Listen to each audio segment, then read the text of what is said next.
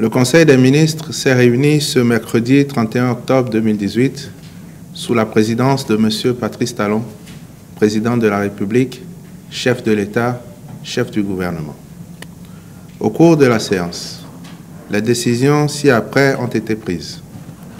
Au titre des mesures normatives, le Conseil a adopté le décret portant approbation des statuts du Laboratoire central de contrôle de la sécurité sanitaire des aliments. Au titre des communications, plan de sortie de crise des coopératives d'aménagement rural CAR. Depuis 2004, une crise institutionnelle s'est installée au sein des coopératives d'aménagement rural, empêchant le renouvellement des instances dirigeantes.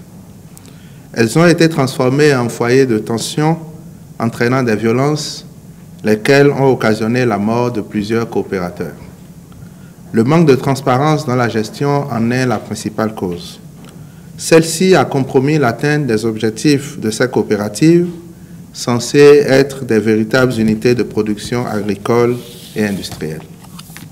En vue de mettre fin à cette longue crise et de relancer les activités des 36 coopératives, le gouvernement a mis en place une commission interministérielle d'appui au processus de reprise de leurs activités.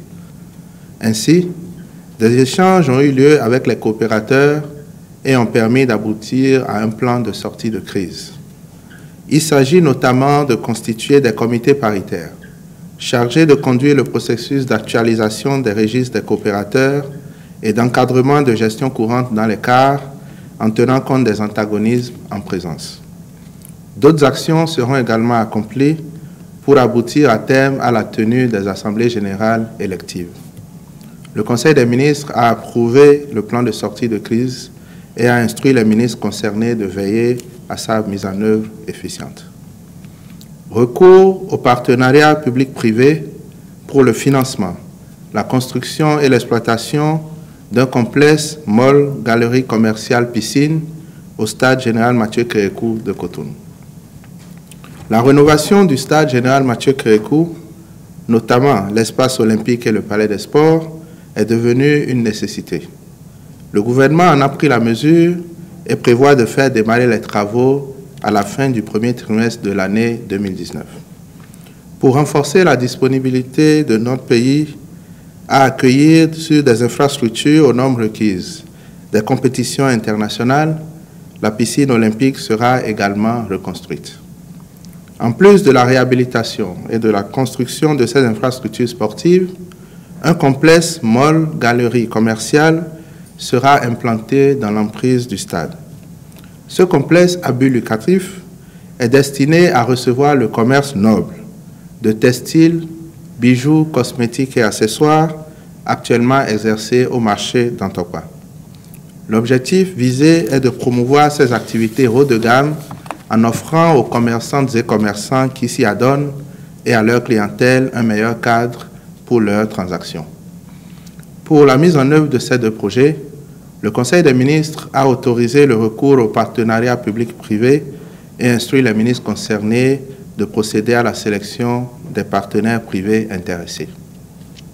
Au titre des rencontres et manifestations internationales, le Conseil a autorisé la participation du Bénin à la conférence annuelle du Conseil international des archives, CIA, à Yaoundé, au Cameroun, du 24 au 28 novembre 2018, et à la 54e session ordinaire de la conférence des chefs d'État et de gouvernement de la Communauté économique des États de l'Afrique de l'Ouest, CEDEAO, à Abuja, au Nigeria, du 25 au 30 décembre 2018.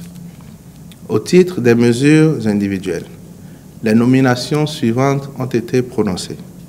Au ministère de la Justice et de la Législation, sur proposition du ministre, directrice de cabinet, Madame Aleya Gouda Bako, directeur adjoint de cabinet, Monsieur Karel Kofi Dogué, secrétaire général adjoint du ministère, Monsieur Clément Dassi, directrice des relations avec les institutions et de la promotion des dynamiques sociales, Madame Annabelle Dossavi Messi, conseiller technique chargé du suivi des recours, Monsieur Emmanuel Opita, conseiller technique au suivi des processus et politique législative, M. Firmin Winsou.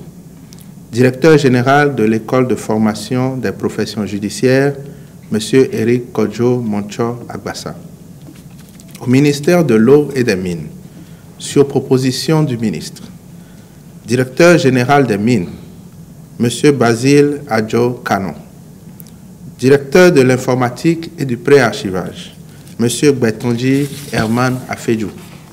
Directeur de la programmation et de la prospective, M. Sharafdin Gado.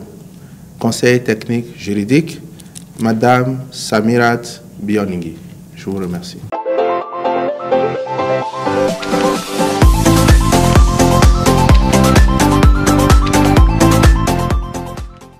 Le gouvernement annonce une sortie de crise par rapport aux coopératives d'aménagement rural car on voudrait bien savoir comment est-ce que le gouvernement a pu convaincre les différents acteurs de ce milieu-là pour qu'une solution soit enfin annoncée après tous ces dégâts qu'on a enregistrés.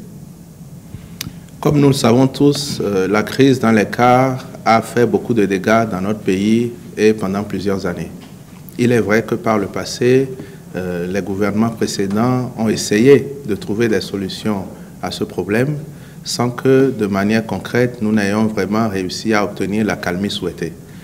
Le gouvernement actuel, prenant la mesure de cette situation, a entrepris d'écouter tous les protagonistes.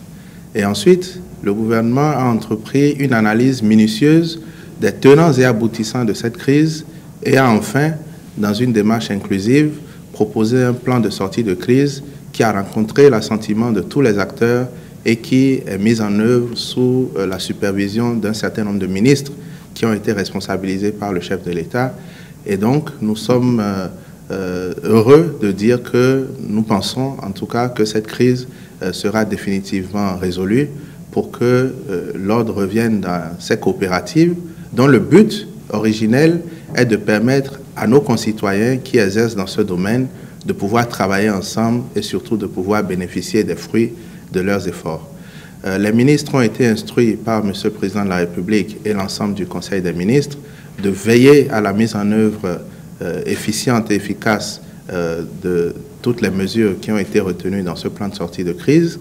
C'est un plan de sortie de crise qui intègre un certain nombre de compensations à apporter aux victimes des différentes échauffourées et qui intègre également un retour au respect des tests et qui aboutira à très court terme à la tenue des assemblées générales électives pour ce que nous pouvons appeler nouveau départ dans les cars dans l'intérêt de nos concitoyens.